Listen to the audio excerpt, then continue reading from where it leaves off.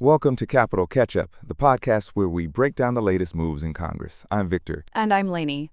Today we have a packed agenda, several House resolutions on firearms, the census, child support, banking reforms, housing, elections, and a handful of congressional daily records.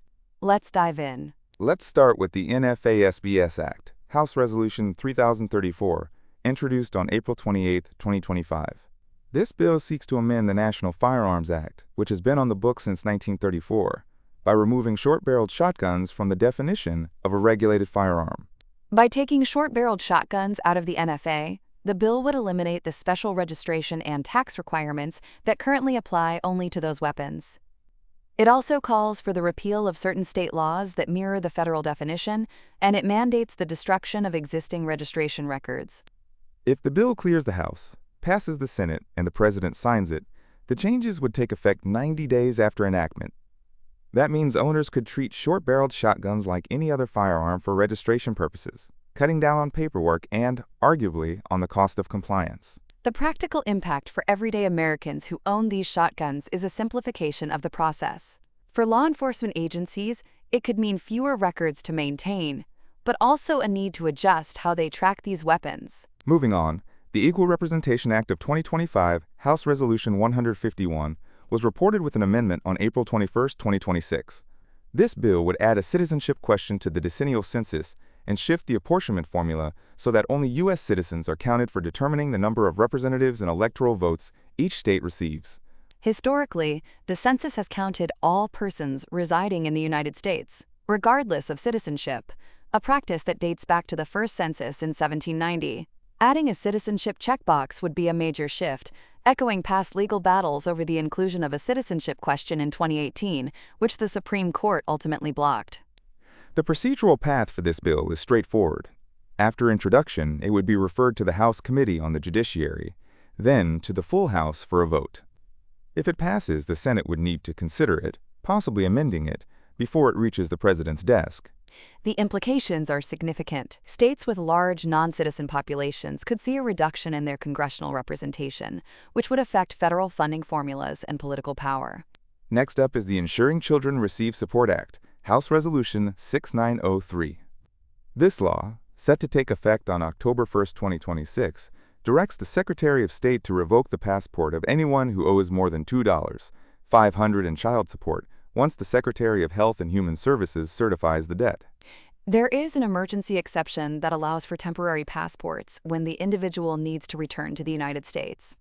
The goal is to prevent parents from fleeing the country to avoid paying child support, a problem that has long plagued enforcement agencies.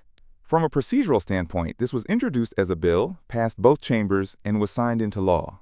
The implementation will involve coordination between the State Department and the Health and Human Services Department, illustrating how interagency cooperation is built into legislation.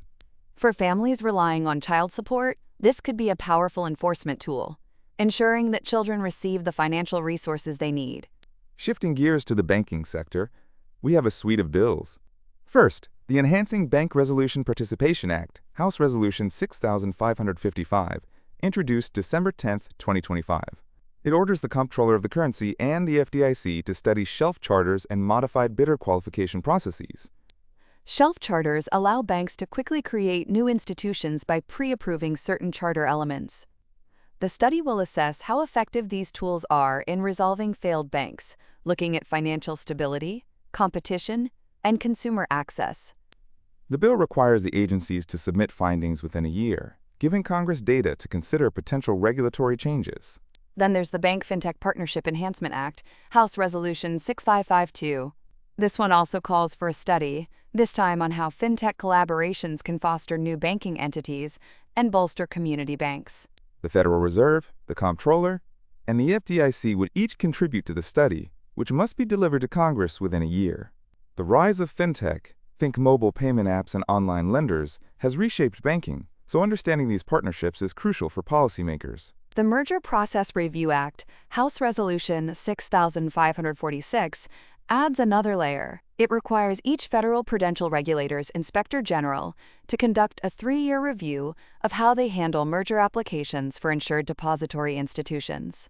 The review will look at efficiency, timeliness, and any bottlenecks. then issue a report with recommendations.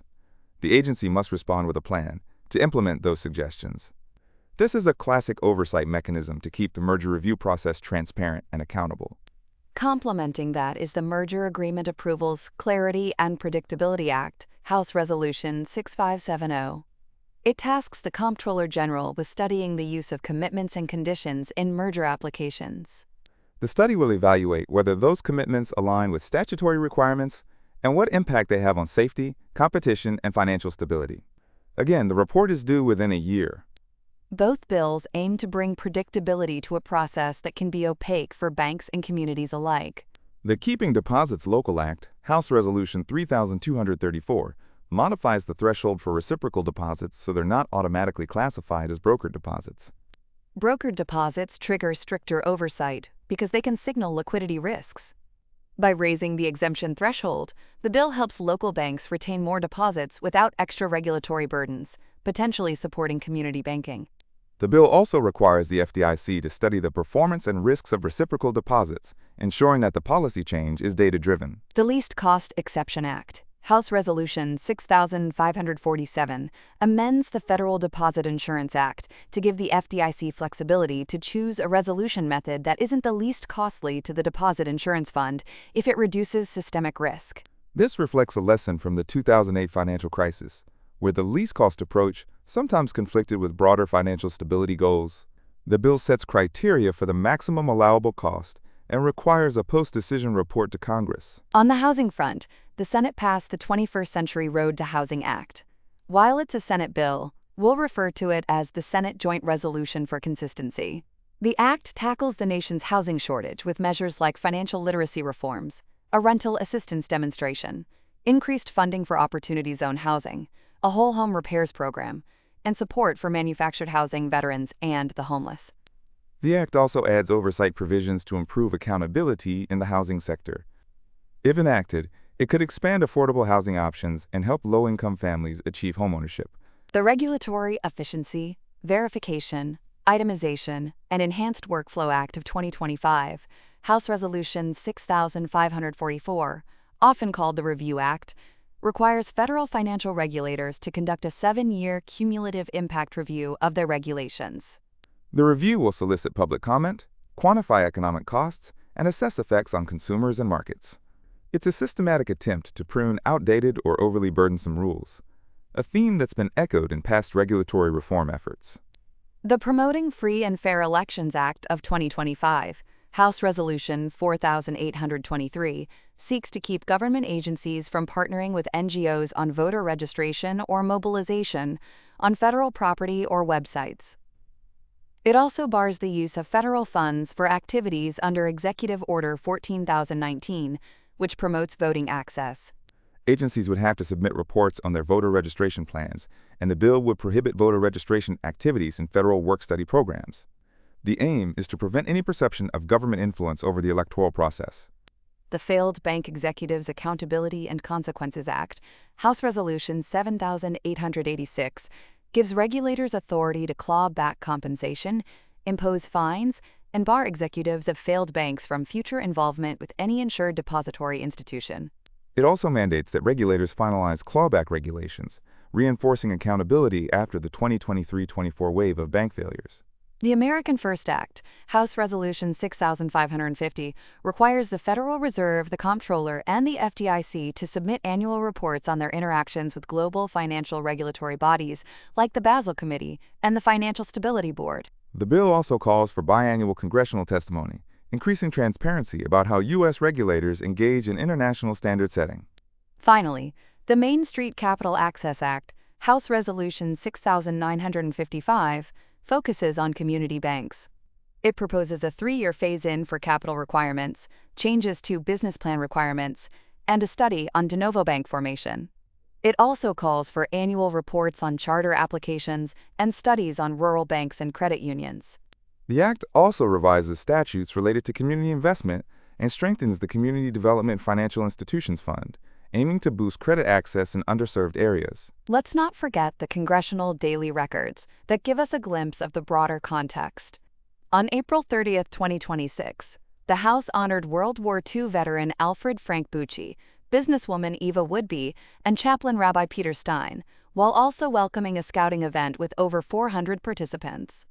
That same day, members debated the Farm, Food, and National Security Act of 2026, with an amendment from Mrs. Spartz proposing to exempt farm equipment from Clean Air Act emission standards, a move framed as beneficial to farmers, but contested by environmental advocates.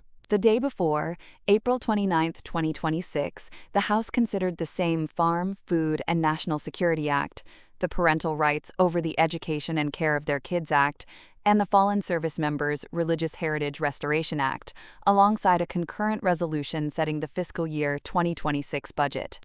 Those proceedings illustrate how legislatures balance policy work with honoring constituents and addressing national concerns. To sum up, we've covered a wide array of legislation, from firearms reform and census representation to child support enforcement, banking oversight, housing, election integrity, and community banking. Each bill follows a defined path through committees, hearings, and votes, and many include mandated studies or reports to ensure data-driven policymaking.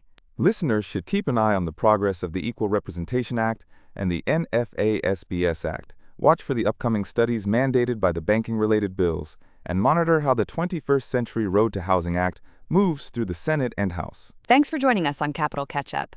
We'll be back with updates as these measures evolve. Until next time, stay informed.